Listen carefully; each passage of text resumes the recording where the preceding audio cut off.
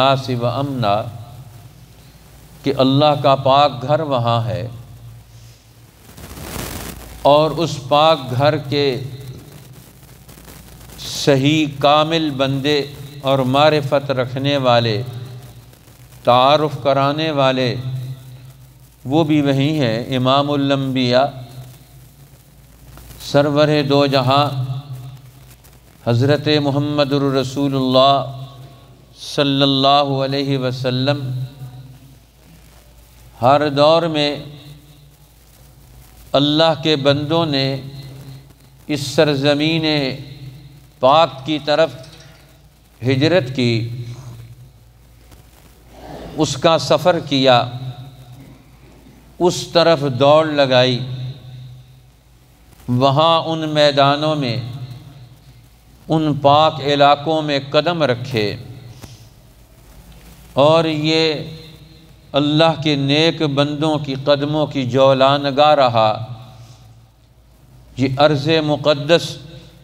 مشاعر مقدسہ کا یہ علاقہ اللہ نے ہمیں بھی توفیق بخشی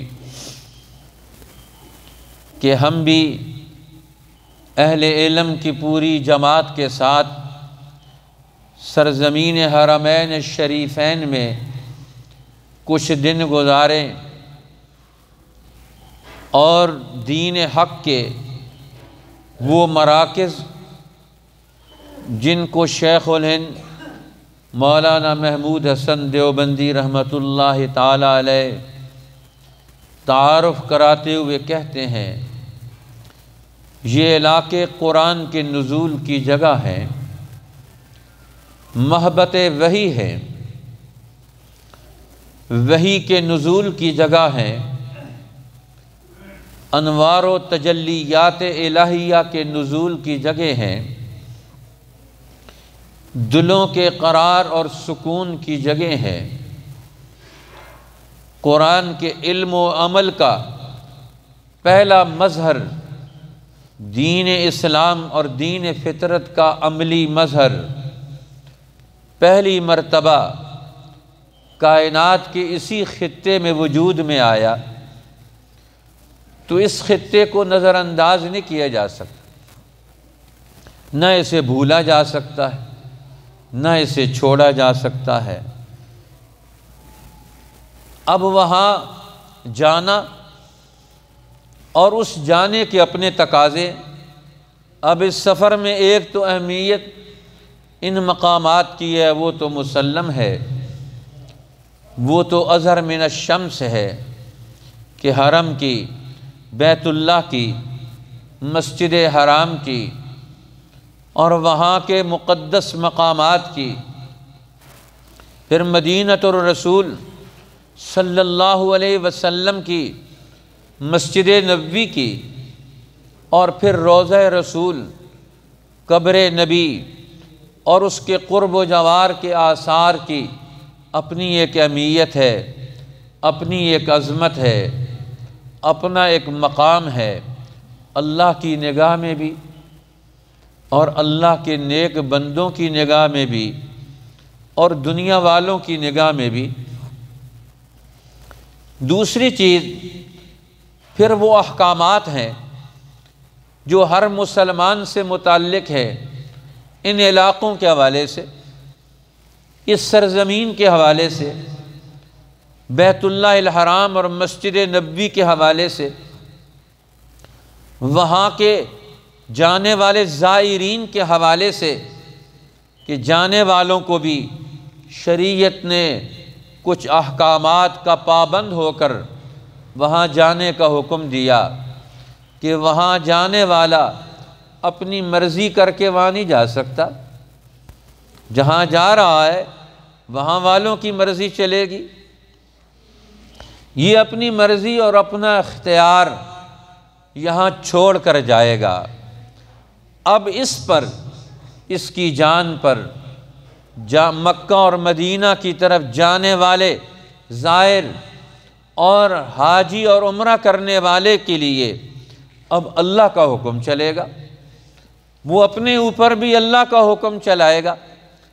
اپنے مال پر بھی اللہ کا حکم چلائے گا، اپنی جان پر بھی اللہ کا حکم چلائے گا، اب اپنی مرضی نہیں کر سکتا، اب اسے اللہ کی اور اللہ کے رسول کی مرضی کو اختیار کرنا پڑے گا۔ وہاں قدم قدم پر اپنی خواہشات کو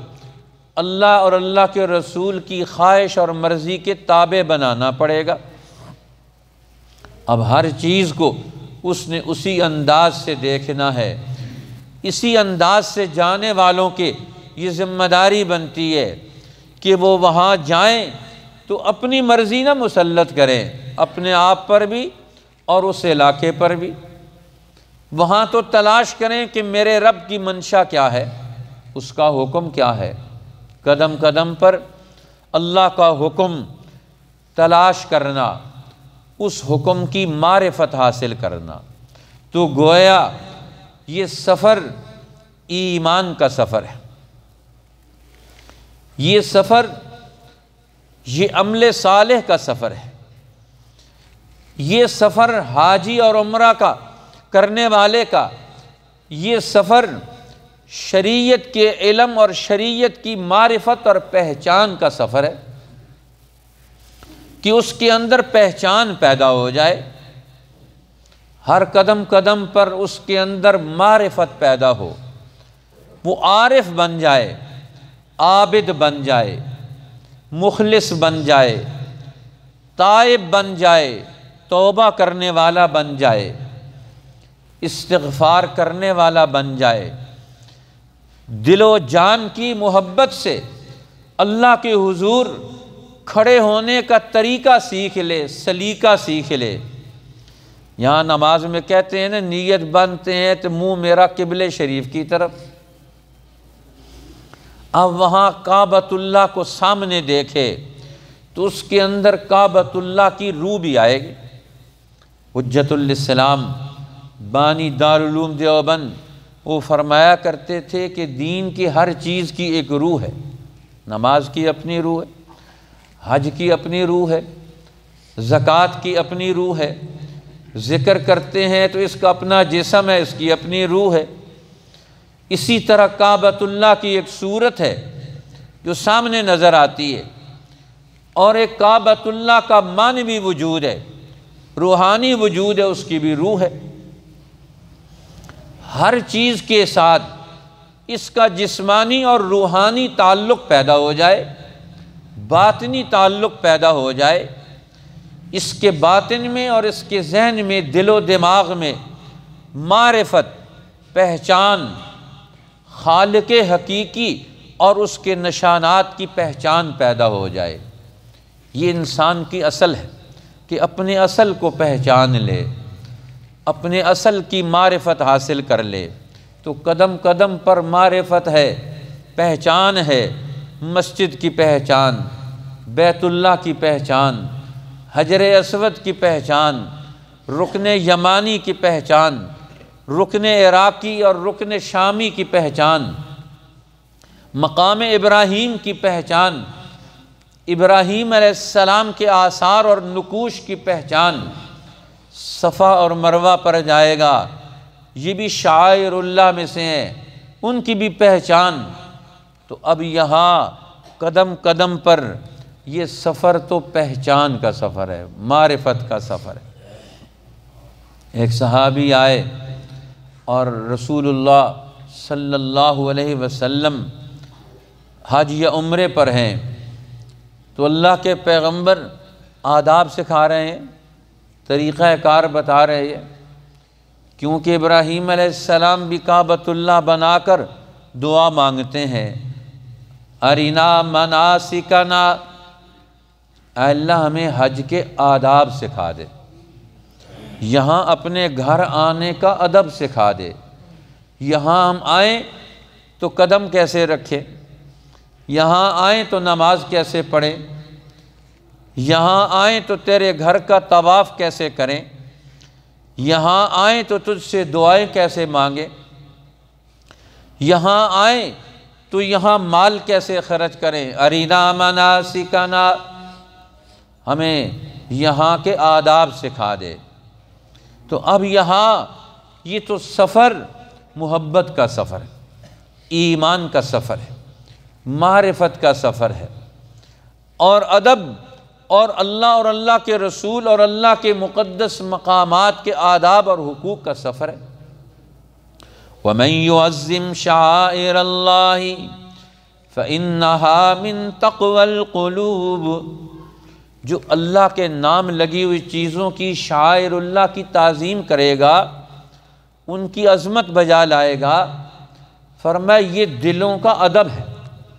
شیخ الہند فرماتے ہیں فَإِنَّهَا مِن تَقْوَى الْقُلُوبِ، یہ دلوں کا ادب ہے کہ وہاں اس کے اندر ادب پیدا ہو جائے۔ ادب نام محبت کا اور سلیقے کا ہے، اس کو محبت بھی ہو اور اس کو وہاں کے کام کرنے کا طریقہ اور سلیقہ بھی آتا ہو کہ میں نے وہاں جا کر کام کیا کرنا ہے۔ یہ دونوں چیزیں سیکھ کر جاتے ہیں۔ بڑے گھر میں، بڑے دربار میں، وہ اللہ کا دربار ہے، اللہ جل شانہ کا وہ مقدس ترین مقام گھر ہے، اور جس گھر سے انسانوں کو انس اور محبت ہے، تو اب یہ محبت تو جب اللہ کی طرف جا رہے ہوں تو پھر انسان کے اوپر محبت بھی حاوی ہوتی ہے۔ حضرت موسیٰ علیہ السلام حکم ملا کہ آپ کو شریعت دینی، قانون دینا ہے، کتاب دینی ہے۔ بنی اسرائیل کو آزاد کروا لیا، تو آزادی کے بعد یہ زندگی کیسے گزاریں گے؟ پہلے تو فرعون کے غلام تھے، اس کا قانون اور آرڈر مانتے تھے، اب وہ تو ڈوب گیا۔ موسیٰ علیہ السلام کی محنت سے، اجتماعی جد و جہد سے فرعون اپنے سارے لاؤ و لشکر سمیت ڈوب گیا، غرق ہو گیا۔ اسی لیے یہ گھر بھی بڑے بڑے جباروں کی گردنوں کو توڑنے والا ہے۔ اس لیے اللہ نے قرآن حکیم میں جو نام لیا ہے وہ مکہ کا نام نہیں، بکہ کا نام لیا ہے۔ بیت اللہ کا تعارف کروایا تو وہاں کا فرمایا ان اول بیت وضع للناس للذی ببکۃ مبارکا، میں پہلا گھر جو انسانوں کے لیے بنایا گیا، عبادت کے لیے، تربیت کے لیے، اللہ اس کے احکام کی محبت اور تعلیم و تربیت کے لیے، وہ گھر ہے جو بکہ شہر میں ہے۔ اور بکہ کسے کہتے ہیں؟ جو بڑے بڑے ظالموں اور متکبروں کی گردنوں کو توڑ ڈالنے والا۔ یہاں جس کی گردن میں سریا ہوگا وہ وہاں نہیں جا ٹھہر سکتا، وہ گردن کا سریا نکال کے جائے گا، بندہ بن کے جائے گا۔ یہ شہر بکہ ہے، بڑے بڑوں کی گردنوں کو توڑ دینے والا۔ اب موسیٰ علیہ السلام جا رہے ہیں اور قوم کو ساتھ لے کر گئے۔ اب 70 آدمیوں کو واختار موسیٰ قومہ 70 رجلا لمیقاتنا، ہماری ملاقات کے لیے 70 آدمیوں کو تیار کیا، چنا قوم میں سے، اور ان کو لے کر گئے۔ اور وہ اپنے خرامہ چل کے آ رہے تھے، ان کو ابھی قدر ہی نہیں کہ طور پر اللہ انتظار کر رہا ہے، شریعت اور قانون ملے گا، رحمتیں اور برکتیں ملے گی۔ وہ اپنے مزے سے آ رہے تھے، اور موسیٰ علیہ السلام پر تو اللہ کی ملاقات کا شوق حاوی تھا۔ وہ پہلے وہاں، یہ تو آرام سے چل رہے ہیں، چلو پہنچ جائیں گے پیچھے سے۔ موسیٰ علیہ السلام جلدی قدم بڑھا کر اللہ جل شانہ کی جلوہ گاہ میں سب سے پہلے وہاں پہنچ گئے۔ تو اللہ نے پوچھا ما آجلک عن قومک یا موسیٰ، موسیٰ تم اپنی قوم سے جلدی کیوں آ گئے ہو؟ کس چیز نے آپ کو جلدی کروائی کہ آپ ہمارے پاس جلدی آ گئے؟ قوم تو ابھی پیچھے۔ تو موسیٰ علیہ السلام نے عرض کی یا رب، قال هم اولائی علی اثری، وہ میرے قدموں کے نشان پر پیچھے آ رہے ہیں، اور میں نے جلدی کیوں کی؟ وعجلت الیک ربی لترضی، میں جلدی آ گیا کہ اللہ میں تیری رضا کے سمندر میں جلدی آ کر غوطہ زن ہو جاؤں، مجھے کوئی وقت مل جائے، میں تیرے ساتھ ہم کلام ہو جاؤں، تیرے ساتھ گفتگو کر سکوں، تیرے سے میں اپنا رابطہ اور اپنی یاد کو اور زیادہ مضبوط بنا لوں۔ وَعَجِلْتُ إِلَيْكَ رَبِّ لِتَرْضَىٰ، میں نے جلدی قدم بڑھائے کہ تو راضی ہو جائے، میں تیری رضا کو جلدی جلدی پالوں۔ وہ تو اپنے اپنے خرامہ قدموں پر چلتے ہوئے آ رہے ہیں، لیکن میں تو جلدی آ سکتا تھا، تو میں نے اپنے وقت کو قیمتی بنانے کی کوشش کی ہے کہ میں تیرے دربار میں کہ کوئی میرا لحظہ اور میرا وقت اور میرا زمانہ وہ یہاں گزر جائے، میں تو اس لیے جلدی آ گیا۔ وَعَجِلْتُ إِلَيْكَ رَبِّ لِتَرْضَىٰ، اے میرے رب میں نے جلدی کی کہ میں تیرے پاس جلدی پہنچ جاؤں، فرمایا تو میری طرف جلدی آ رہا ہے، اور تیری قوم کا پیچھے کیا حال ہو رہا ہے؟ وہ تو بچڑے کو پوج رہی ہے۔ فَأَزَلَّهُمُ السَّامِرِي، سچے لیڈر قوم کے لیے وہ اللہ کے دربار میں دعائیں مانگ رہے ہیں، انوار و برکات اور علم و معرفت مانگ رہے ہیں، اور جھوٹے لیڈر قوم کو گمراہ کر رہے ہیں، ان کو غرق کر رہے ہیں، ان کو گناہوں میں مصیبتوں میں مبتلا کر رہے ہیں۔ اور میں سامری نے ان کو گمراہ کر دیا پیچھے۔ اب موسیٰ علیہ السلام کی غیر حاضری کا فائدہ اٹھا کر اس نے گمراہ کر دیا۔ اب موسیٰ علیہ السلام اب ہر طبقہ جانے والا اللہ کے گھر میں وہ پیچھے رہنے والوں کا نمائندہ ہوتا ہے، اس لیے حضور علیہ السلام نے فرمایا الحجاج والعمار وفد اللہ، حج کرنے والے عمرہ کرنے والے یہ اللہ کے پاس وفد ہوتے ہیں اپنے علاقے والوں کا۔ وہ اپنے علاقوں کی ضرورت، وہ اپنے علاقے کے لوگوں کے ذہن، ان کی خرابیاں، ان کی خامیاں، ان کی نیکیاں، ان کے اعمال، ان سب پر نگاہ دوڑا کر اللہ کی بارگاہ میں وہاں جا کر ان کے لیے استغفار کرتے ہیں، ان کے لیے علم اور معرفت مانگتے ہیں، ان کے لیے اللہ سے دعائیں کرتے ہیں کہ تاکہ ہم اپنی زندگی کا واپس لائے عمل طے کر لیں، اور ہمارے پہنچنے سے پہلے ہماری دعائیں ان کے دل و دماغ کو بدل ڈالیں۔ جب کسی بابرکت مقام پر جاتے ہیں تو وہاں کے انوار و تجلیات وہ انسان کے اوپر حاوی ہو جاتے، اور انسان چونکہ جڑا ہوا ہے تو اب اس کے ذریعے سے اس کے گھر اور خاندان والوں کو وہ ساری دعائیں ملتی ہیں۔ اب انسان جب سوچتا ہے، منصوبہ بناتا ہے، تو سب کی ترقی کا منصوبہ بناتا ہے۔ اب وہاں جانے والا اللہ کی رحمتوں اور برکتوں سے مل کر سب کے لیے دعائیں مانگے گا۔ اس لیے فرمایا حج پہ جانے والا، عمرے پہ جانے والا جب اس جانے لگے تو تم اسے ملو، اسے مصافحہ کرو اور اسے دعا کی تلقین کرو، اس کو مرہ ان یستغفر لک، آپ اسے کہیں کہ تمہارے لیے وہ دعا مانگے وہاں جا کر، استغفار کرے تمہارے لیے وہاں جا کر، اور جب واپس آئے فرمایا پھر جا کر اسے ملو، حج کرنے والا، عمرہ کرنے والا، اب اسے جا کر پھر ملو، پھر مصافحہ کرو، معانقہ کرو،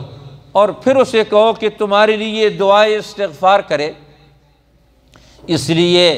حج پہ اور عمرے پہ جانے والے اپنی قوم کے، اپنے ملک کے، اپنے وطن کے، اپنے لوگوں کے نمائندہ ہوتے ہیں۔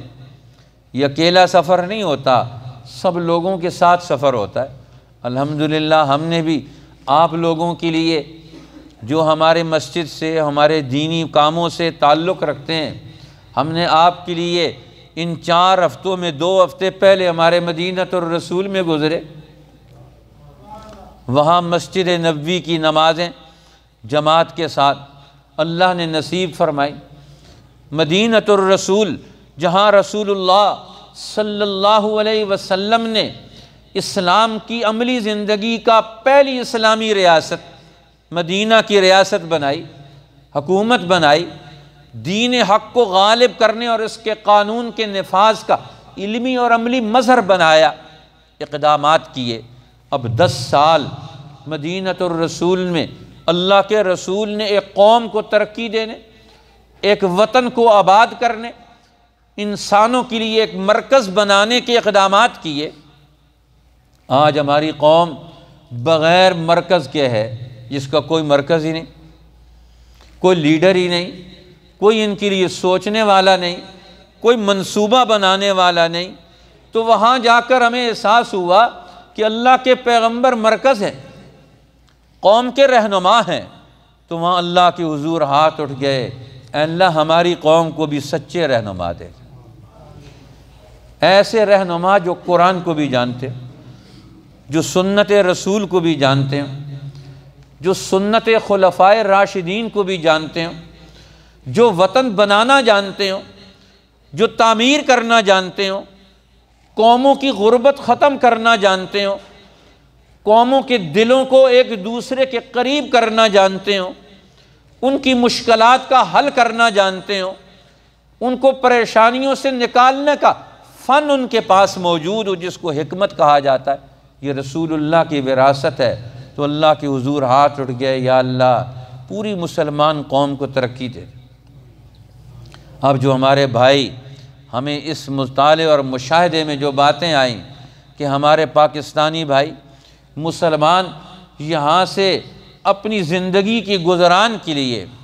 یہاں معیشت کا مسئلہ کوئی نہیں، گزارے کے لیے روزگار کوئی نہیں، کاروبار کوئی نہیں، زراعت کوئی نہیں، تجارت کوئی نہیں، کوئی ملازمت کوئی نہیں، وہ بیچارے بھاگ بھاگ کر باہر جاتے، اور باہر جانے والا ایک آدمی آپ کو پتہ ہے وہ دوسروں کا محتاج، ان کے تھانے کا محتاج، ان کے اسپتال کا محتاج، ان کے ایک ایک آدمی کا وہ محتاج ہوتا ہے، وہ جو چاہیں اس کے ساتھ کریں۔ ان کی بیچارگی کی زندگی پر آنسو نکل آتے تھے، یا اللہ یہ اپنے اپنوں سے دور ہیں، یہاں یہ اپنے ماں باپ سے دور ہے، باپ بچوں سے دور ہے، اور وہ ان کے لیے تڑپ رہا وہاں، لیکن آ نہیں سکتا۔ آج ہم اتنی بڑی قوم ہوتے ہوئے بھی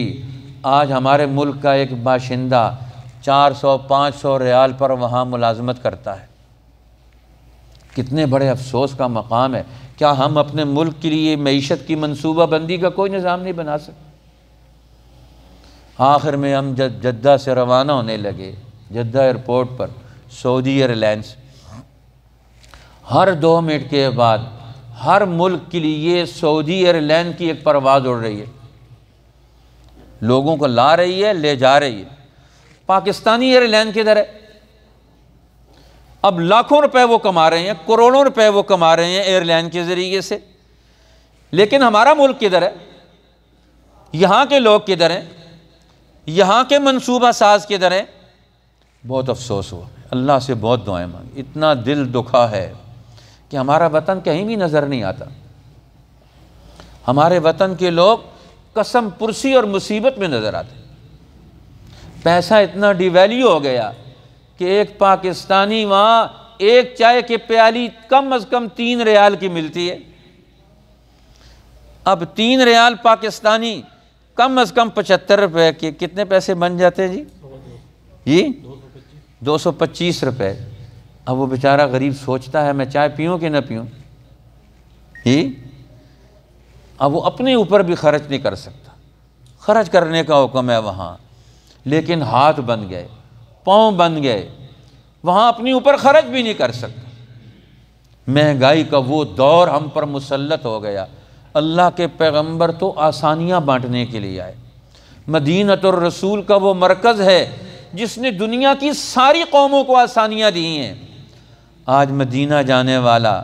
وہاں جا کر قسم پرسی کی حالت میں ہوتا ہے۔ اللہ ہمیں ان احوال سے نکلنے کی توفیق دے دے۔ اب وہ قدم قدم پر یہ شہر جانے والوں کے لیے بھی آداب سیکھ کر جانے ہیں۔ وہاں جا کر ہمیں کیا کرنا ہے، ہماری ڈیوٹی کیا ہے، وہاں ہماری ذمہ داری کیا ہے، وہاں ہم کیوں جا رہے ہیں، اللہ کے پیغمبر کی مسجد میں کیوں جا رہے ہیں، حرم کی سرزمین پر کیوں جا رہے ہیں۔ یہ سوال طے کر کے جائیں، میں کیوں جا رہا ہوں وہاں، میں نے وہاں سے کیا لے کر آنا ہے۔ اپنوں کی خواہشات اپنی ہوں گی، گھر والوں کی، بچوں کی، کہ میرے لیے وہاں سے کیا لانا ہے، لیکن قرآن بھی ایک خواہش رکھتا ہے آپ سے وہاں سے کیا لانا ہے، اللہ بھی ایک خواہش رکھتے ہیں وہاں سے آپ نے کیا کچھ لانا ہے، اللہ کے رسول بھی خواہش رکھتے ہیں کہ آپ میرے پاس آئیں، وہاں سے کیا لے کر جانا ہے تم۔ بلال حبشی حضور کے جانے کے بعد مدینہ چھوڑ کر شام چلے گئے جہاد پر، اب وہاں جا کر دین حق کے لیے محنت کر رہے ہیں، لڑائیاں لڑ رہے ہیں، سارے کام کر رہے ہیں۔ حضور علیہ السلام خواب میں آ گئے، فرمایا بلال یہ کیا جفا ہے کہ تم ہمیں ملنے کے لیے بھی نہیں آتے۔ اب بلال حبشی بے قرار ہو گئے، کیونکہ خواب میں اللہ کے پیغمبر آئے تو وہ سچی خواب ہے، دوڑ پڑے مدینہ کی طرف۔ اب حاضری دینے کے لیے قبر اطہر پر، روضہ رسول پر، مسجد نبوی میں حاضری کے لیے دوڑ پڑے۔ یہ سفر کس چیز کا ہے؟ محبت کا، کہ ہم آپ کی اتباع میں آنا چاہتے ہیں۔ مدینہ جانے والا کیوں جاتا ہے؟ کہ یا رسول اللہ میں آپ کی اتباع میں آنا چاہتا ہوں، میں آپ کی سنت پر چلنا چاہتا ہوں۔ کعبۃ اللہ جاتے ہیں، طواف کرتے ہیں۔ ہمارے والد صاحب مرحوم نے کتاب میں بھی لکھا کہ طواف کی نیت کرتے وقت یہ دعا کریں کہ اے اللہ میں یہ نیت کر رہا ہوں کہ میں طواف کروں گا، کیوں؟ فرمایا اتباعا لسنت نبیک، تیرے نبی کی سنت کی اتباع میں آنا چاہتا ہوں، ووفاء بعہدک، اور تیرے ساتھ جتنے معاہدات ہم نے کیے ہیں قرآن کی شکل میں، نبی کے ارشادات کی شکل میں جتنے معاہدے کیے ہیں ہم نے تجھ سے، ووفاء بعہدک، اور تو نے ہم سے ان پر جو بدلہ دینے کا وعدہ کیا ہے، اب تو ہمارا اور تیرا معاملہ طے کرنا ہے ہم نے آپس میں۔ اے اللہ ہم اور آپ مل کر طواف کرنے کے لیے معاملہ طے کرنے کے لیے آئے، میں کیا کروں گا اور تو کیا کرے گا جی۔ وَوَفَاءً بِعَہْدِكَ، اے اللہ تیرے ساتھ کیے ہوئے وعدے کی وفاداری کے لیے میں آیا ہوں، اور میں اپنے وعدے کو وفا کروں گا، تو اپنے وعدے کو ہمارے ساتھ وفا کر دے۔ اللہ بھی چاہتے ہیں میرا بندہ میرے پاس آئے، اسی لیے تو جانے والے کو حکم ہوتا ہے کہ اپنا سب کچھ اتار کے لبیک پڑھ، لبیک پڑھ کے آ کہ اللہ میں تیرے دربار میں حاضر ہوں، ہر چیز کو میں نے تیرے لیے چھوڑ دیا، تو سب سے اول ہے۔ اللہ کو پہلے نمبر پر لانے کے لیے وہاں کا سفر کرتے ہیں، اللہ کے رسول کو پہلے نمبر پر زندگی میں لانا ہے ہم نے، وہاں کا سفر کیوں کرتے ہیں؟ کہ آج ہمارے یہاں اللہ کے رسول میری زندگی میں پہلے باپ سے پوچھتے ہیں، پھر بیوی سے پوچھتے ہیں، پھر حاکموں سے پوچھتے ہیں، پھر قاضیوں ججوں سے پوچھتے ہیں اللہ کا حکم مانے کہ نہ مانے، اللہ کے رسول کا حکم مانے کہ نہ مانے، کتنے لوگوں سے پوچھتے ہیں۔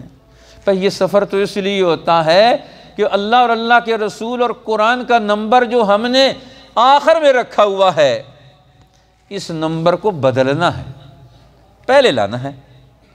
یہ ہم تو یہ طے کر کے آئے ہیں، پہلے بھی پہلے طے تھا اپنے ذہن میں کہ اللہ اور اللہ کے رسول پہلے ہمارے ذہن میں، اب تو وہاں جا کر اور زیادہ طے کر کے آئے ہیں، اللہ اور اللہ کے رسول کا حکم پہلے رکھنا ہے، باقی ہر حکم پیچھے ہوگا۔ کلمہ پڑھنے کا مطلب ہی یہی ہوتا ہے جی کہ اللہ اور اللہ کا رسول پہلے نمبر پر ہیں، لیکن ہمارے ملک میں کتنے نمبر پر ہیں؟ کبھی سوچا ہے؟ گریبان میں جھانک کے سوچنا ہے، وہاں جا کر یہی سوچنا تھا کہ ہم اپنے وطن میں اے اللہ تیرا نمبر، تیرے حکم کا نمبر ہمارے ہاں کون سا ہے، تیرے نبی کا حکم کا نمبر کون سا ہے؟ وہ تو نمبر بھی نہیں آیا، ہم لسٹ میں سے ہی نکال دیا۔ اللہ، تو اب یہ سفر ہمارا حرمین الشریفین کا، کہیں ابراہیم علیہ السلام یاد آ رہے ہیں، ان کی قربانیاں یاد آتی ہیں جنگلوں میں، بیابانوں میں، کہیں اسماعیل علیہ السلام کی قربانیاں یاد آتی، کہیں اماں ہاجرہ کی قربانیاں یاد آتی، اور کہیں وہاں 10-12 ہزار لوگ صحابہ کرام مالا کے قبرستان میں مکہ مکرمہ میں مدفون ہیں، اور 10,000 کے قریب مدینۃ الرسول